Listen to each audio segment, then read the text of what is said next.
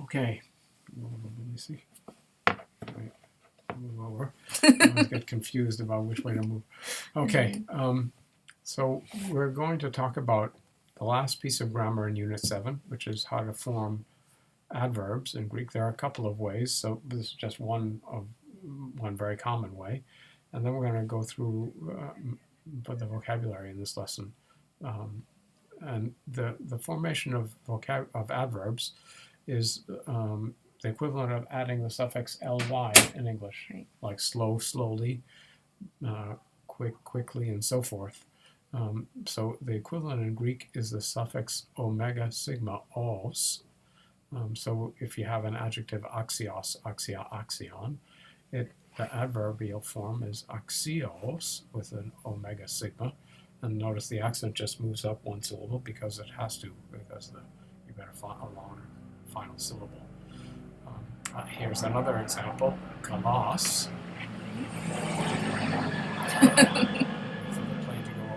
Kalos is an adjective with an acute accent on the last syllable, like kakos and agathos.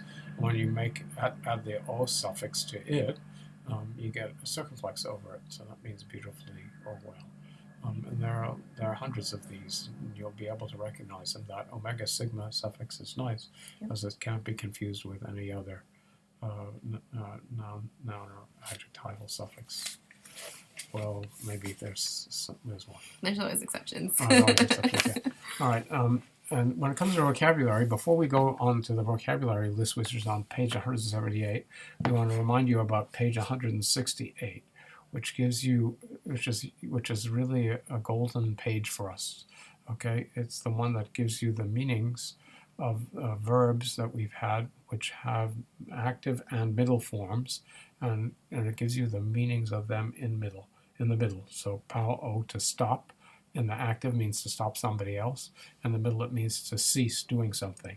Or thuo means to have a sacrifice made, okay, in the active, to make a sacrifice in the active, or sacrifice an animal, and it means to have it made on your behalf in the middle, stuff like that. So there's a lovely list there, and it's the best way to get a feeling for what the middle is in contrast to the active. All right. But now let's look at the vocabulary words. Let's start with the verbs, okay? There are 3 new verbs in this lesson.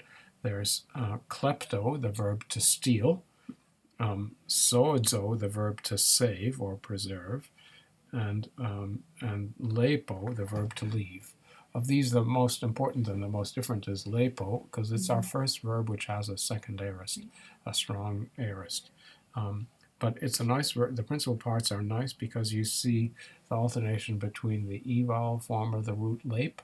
So you have a form with loip, with an o, and you also have a form without the e or the o, namely lip. So lepo is the present, lepso with the s suffix is the future, as you'd expect. Elipon without the e or the o is the strong aorist. Notice the ending on, it's not an sa aorist.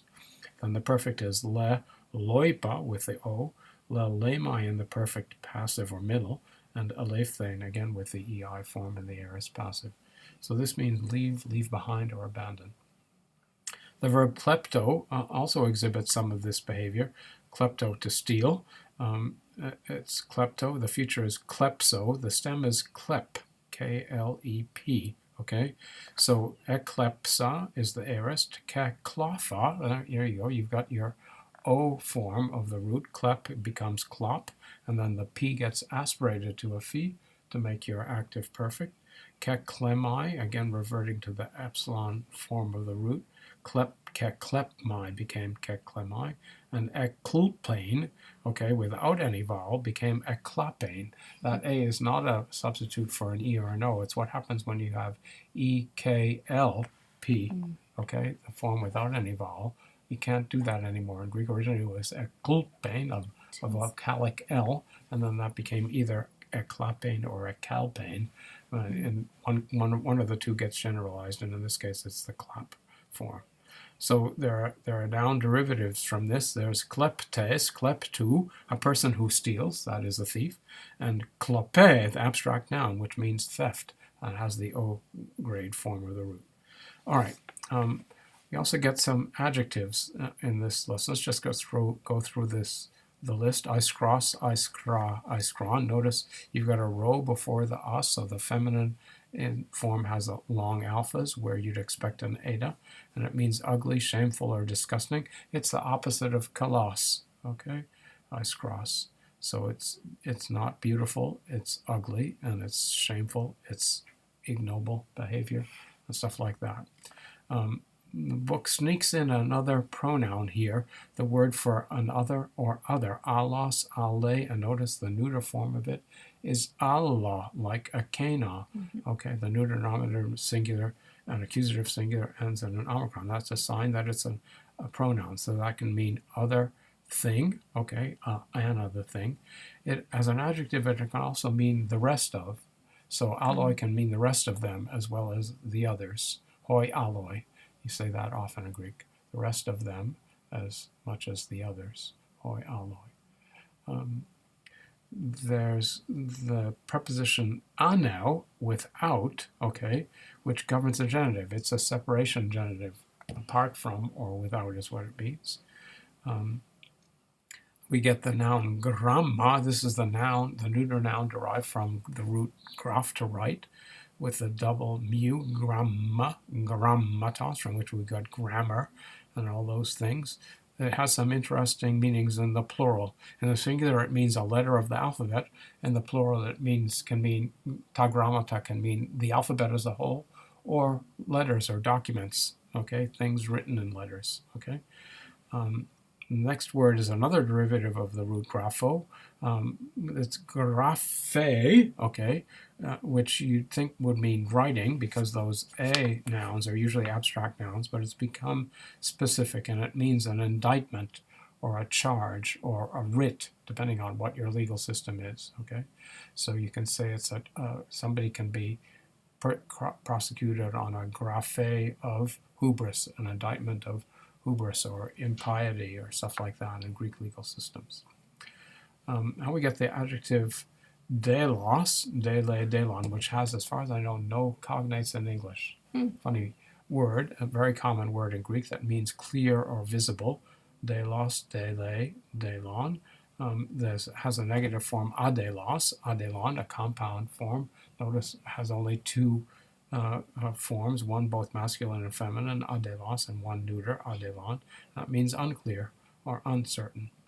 The book also includes in the vocabulary the new particle combinations which mark a wish optative optionally.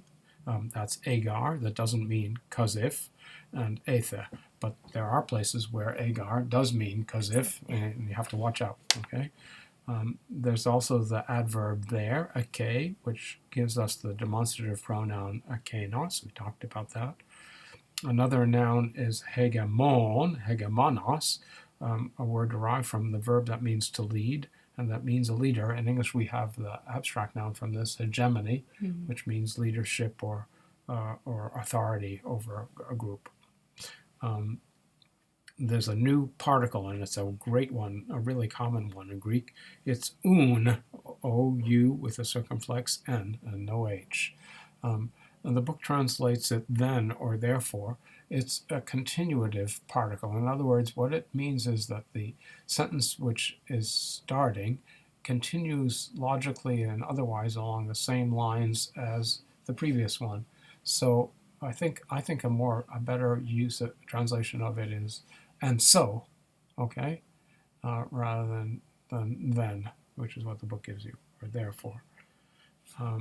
They give you one of the words for poem next, poema, which is cognate with English poem, an abstract noun of the third declension, rather. It's not abstract at all, it's concrete.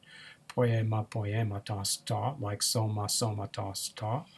They give you the word for public speaker or rhetorician, which also means any kind of politician, is a regular kind of generic word for people in a political world, because in order to succeed in politics, you have to be a public speaker in the Athenian world.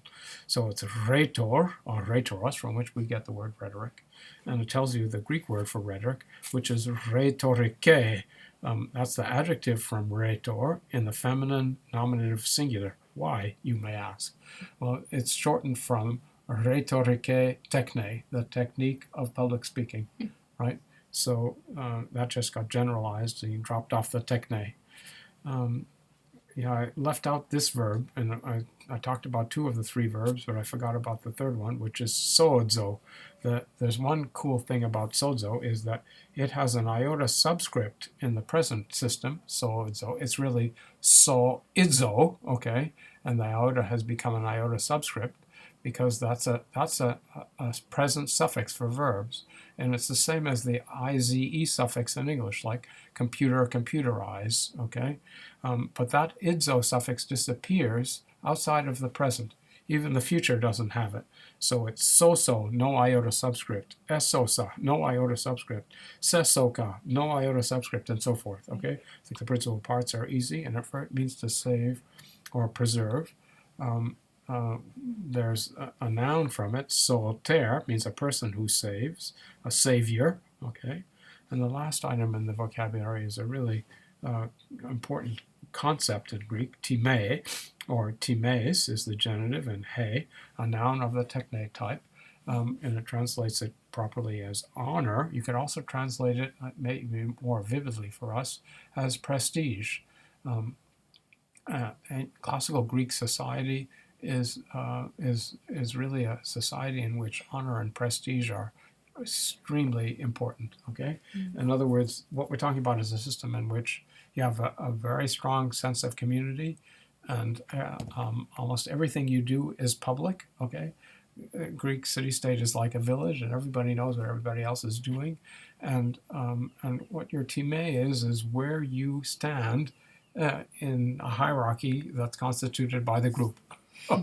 Okay, and everybody knows where you stand. Okay, so if you do mess up, you go down a notch or 10. Okay, so there are people.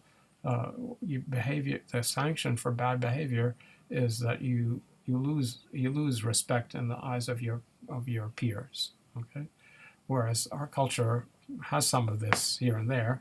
We're into guilt instead of loss of honor as punishment, right? Okay. Bye.